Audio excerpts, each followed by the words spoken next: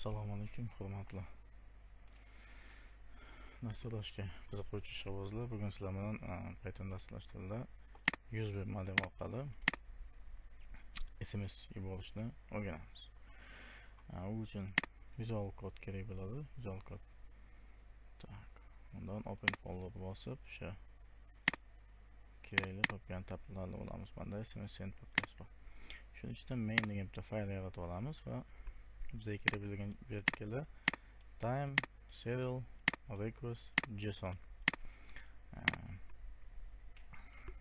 python -m pip install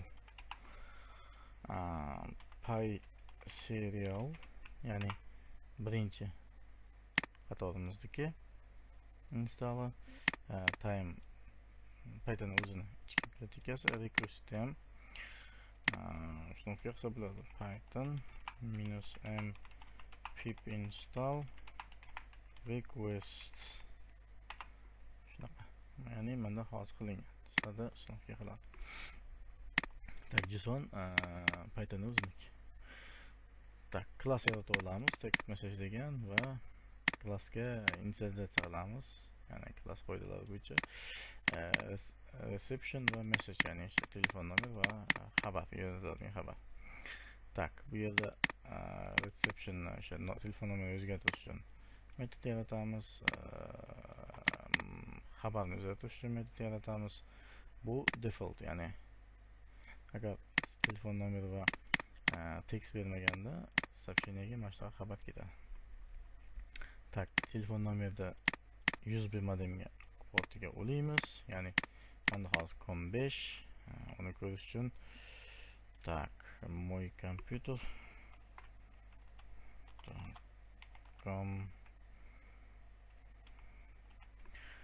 kompyuter tak, свойствосini ko'ramiz. Tak, yoki рабочий статлыгы мой компьютерda свойствосini ko'ramiz. Tak,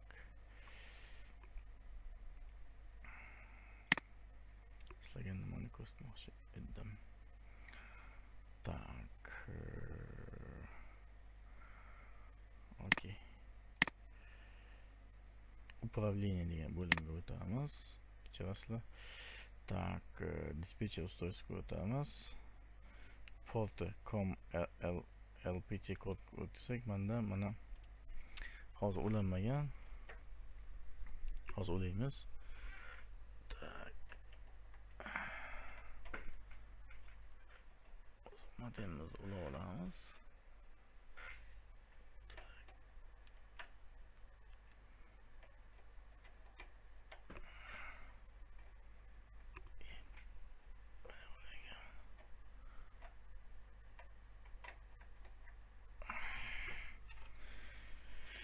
Tak, olamiz.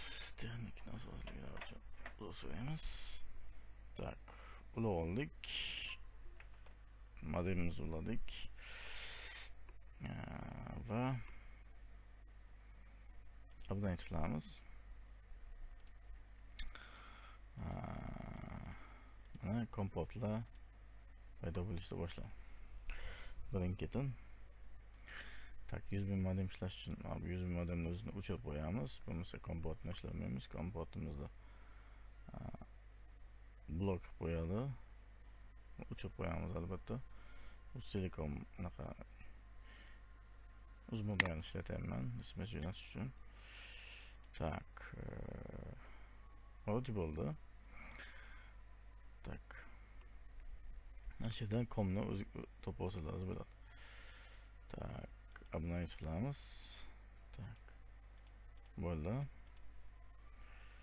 Tak, endi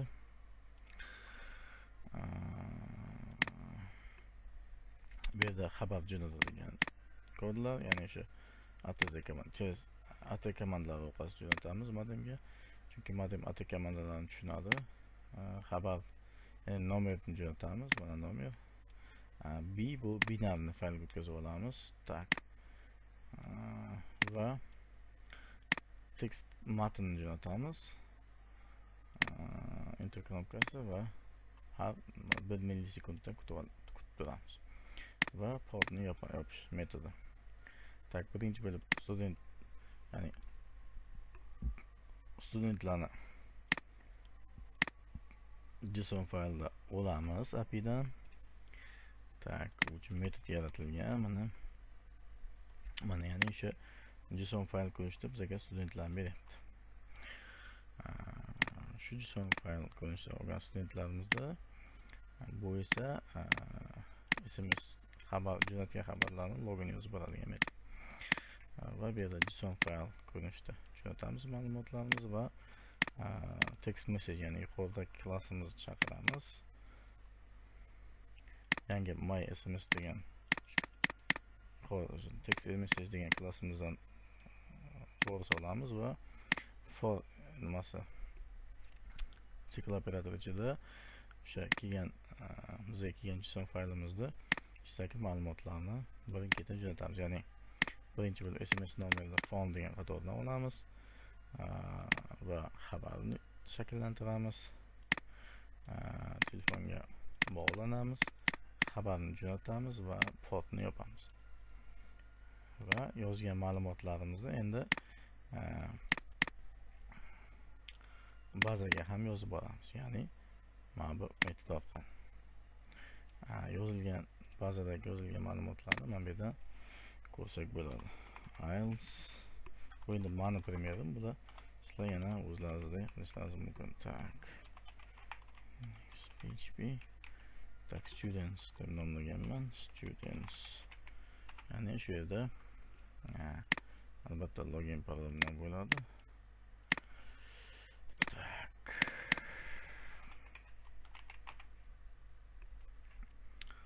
Tak, students mana yozilgan xabarlarni soni hozir bizda ikkita turibdi. Hozir shuni bittaga ko'paytiramiz, ya'ni jo'natishga harakat qilib ko'ramiz. Tak, bizda hammasi tax va formatli sms xabarni test variant. Tak, sms xabarnoma. Tak, va noqulaylik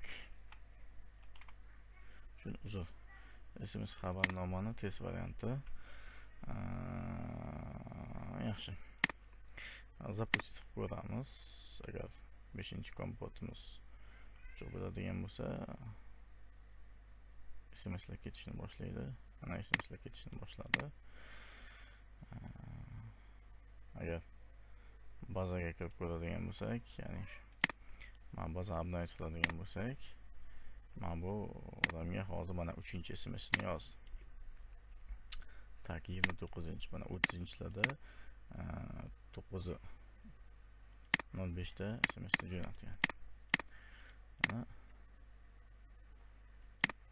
sms jo'natdi, ya'ni shu kod orqali sms jo'natsak bo'ladi. Hozir bu hammaga bitta jo'natib chiqadi, chunki for sikl operator bu hamma elementlarni oladi. Tak, hammangizga rahmat. Yana bunaqa qiziqarli darslarni yozib boramiz. Kanalimizga kuzatib boringlar.